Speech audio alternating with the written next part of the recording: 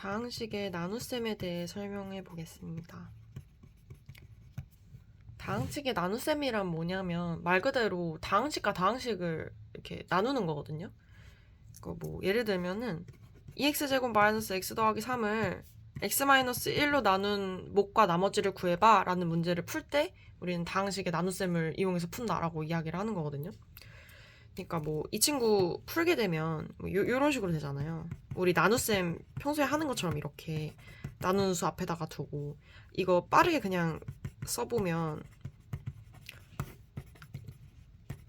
이렇게 되거든요. 그러면 우린 얘를 몫이라고 부르고 얘를 나머지라고 부르잖아요. 그러니까 이거죠. 우리 예전에 처음 나눗셈 배울 때 7 나누기 3 한다 그러면 이렇게 하는 것처럼 얘를 이렇게 나머지라고 했었고, 근데 이거 이렇게 자세히 보면은 항상 이 나머지가 나누는 수보다 작아야 해요. 왜냐면 얘가 만약에 뭐 4나 뭐 이렇게 3보다 큰 수가 돼버리면은 3이 한 번 더 들어갈 수 있게 되니까 항상 나누는 수가 나머지가 나누는 수보다 작아야 되거든요. 이렇게. 그러면 얘도 같은 나눗셈이기 때문에 똑같이 이 나머지가 나누는 수보다 작아야 돼요. 근데 다항식에서 우리 이 다항식의 이걸 그 크기를 비교할 때 차수로 비교하잖아요. 그래서 얘는 나머지 식의 차수가 나누는 식의 차수보다 작아야 합니다. 그러니까 얘랑 같은 원리인 거죠. 나머지가 항상 나누는 수보다 작아야 되기 때문에 다항식에서는 나머지 식의 차수가 나누는 식보다 작아야 항상 작게 들어갈 수 있다. 더 들어갈 공간이 안 생기게 되는 거죠.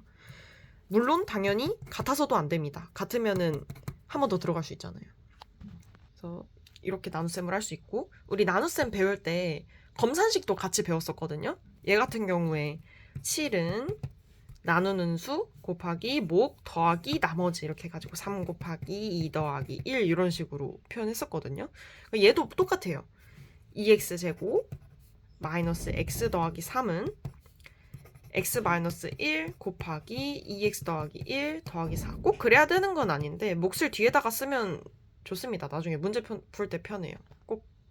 아무튼 그렇고요. 그래서 여기 이렇게까지 이렇게 나눗셈을 하는 게 다항식의 나눗셈이었고, 이 다항식의 나눗셈 단원에서 문제를 낼 때 항등식의 성질을 이용해서 문제를 내는 경우가 많거든요. 그래서 항등식에 대한 얘기를 좀 해보려고 해요. 항등식이란 뭐냐면 항상 같은 식을 의미하거든요. 그러니까 조금 더 자세히 들어가면 우선 먼저 식이 뭐죠? 식은 뭐 이렇게 생긴 애들 x 더하기 1이라든지 뭐 그냥 1이라든지 뭐 이런 친구들 우리가 식이라고 부르고요. 등식이라고 하면 등호가 있는 식을 의미하잖아요. 이런 애들. 우리가 이걸 방정식이라고 배웠었던 거. 이걸 우리가 등식이라고 하고요. 뭐 등식이랑 비슷한 친구로 부등식도 있었거든요. 부등식은 이 등호가 부등호인 거예요. 부등호로 바뀐 친구. 요렇게 생긴 친구들. 우리가 이걸 부등식이라고 했단 말이죠. 그러면 항등식은 뭐냐? 방정식, 이 등식에서부터 출발을 하는데, 이 방정식 같은 경우에 우리가 방정식의 해를 구할 수 있는 이유가 뭐였죠? x가 정해져 있기 때문이잖아요. 몇 개든 x가 뭐로든 정해져 있잖아요. 근데 항등식은 그렇게 x의 개수가 정해져 있지 않아요. 왜냐면 항상 등호가 성립하기 때문에. 예를 들어서 이렇게 생긴 친구인 거예요. 요런 식 같은 경우에는 얘는 지금 x가 지금 1밖에 안 되잖아요. 근데 얘는 어떤 수를 넣어도 성립해요. 1도 되고 0도 되고 3도 되고 100도 되고 100억도 돼요. 이렇게 x에다가 어떤 수를 집어넣어도 항상 성립하는 등식을 항등식이라고 부릅니다. 우린 이 항등식을 우리 한국말 임의의 x를 넣어도 항상 성립하는 등식이라고 부릅니다. 그러니까 임의라는 거는 어떤 수, 랜덤하게 어떤 수를 넣어도 항상 성립하는 등식이라는 뜻이에요. 그러면 이 항등식에 어떤 성질이 있길래 다항식의 나눗셈을 풀 때 이 성질을 쓰냐? 이 친구의 성질이 뭐냐면 예를 들면 이런 거죠. ax 더하기 b는 0이라는 식이 항등식이래. 그러면 A랑 B가 0이어야 돼요. 왜 그러냐면 뭐 간단하게 설명하면 이렇게 생겼기 때문이거든요. 이렇게 돼야지만 항상 X에다가 뭘 집어넣어도 시계값이 성립이 되잖아요. 항등식이 되잖아요. 얘를 조금 다르게 보면은, 다르게 증명을 해보면 X에다가 아무런 숫자 뭐 1도 넣어보고 3도 넣어볼게요.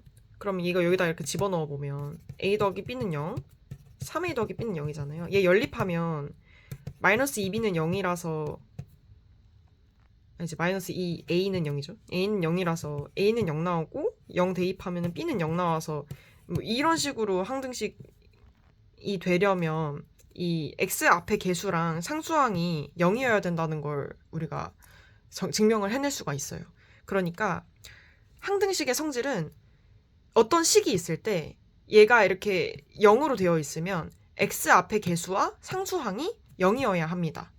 뭐 성질 여러 개 있는데 그 중에 하나 더 언급해보자면 이런 거예요. ax 더하기 b가 cx 더하기 d래.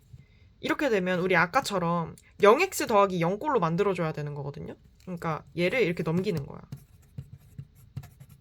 b-d 요렇게.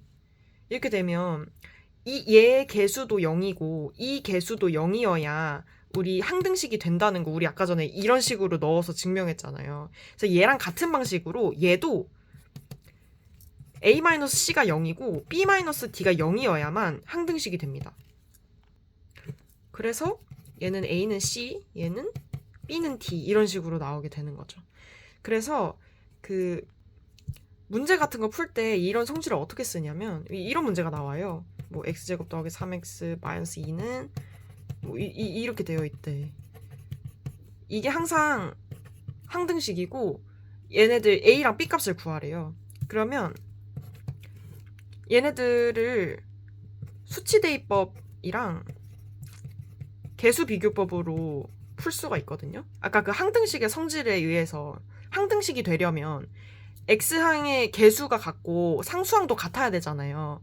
그러니까 얘는 똑같이 어쨌든 이 x 앞에 개수랑 상수항을 같게 만드는 건 두 개가 똑같은데 방법이 살짝 달라요. 수치 대입은 x에다가 적당한 수를 집어넣어가지고 그냥 문제를 푸는 거예요. 그냥 x에다가 1을 집어넣어서 얘네 없애버리고 b 값을 바로 구하는 게 수치 대입법이고, 개수 비교는 그냥 얘네들을 뭐 말 그대로 이렇게 되어 있는 친구를 이렇게 전개를 한다든지 해가지고 그 개수를 하나하나 비교해서 푸는 걸 개수 비교라고 합니다. 그래서 이렇게 개수 비교법을 사용해야 하거나 혹은 개수를 구해야 하는 상황이 올 때 fx라는 식에서 개수를 구하라 하면은 앞에 이 x에다가 1을 집어넣으면 개수가 나오는 경우들이 있거든요. f1 값을 구하면 되는 경우들. 예를 들면 이런 거예요. a0 더하기 뭐 a1x 더하기 a2x 제곱 뭐 이런 식의 식이 있어요. 근데 개수를 구하고 싶대. 그러면 여기다가 1을 집어넣어서 x를 없애줘 버리면은 바로 개수를 구할 수도 있습니다. 아무튼 뭐 이런 방식으로 다항식의 나눗셈을 문제 풀어줄 수 있습니다. 네, 그래서 여기까지 상등식의 성질을 이용한 다항식의 나눗셈 이야기였습니다.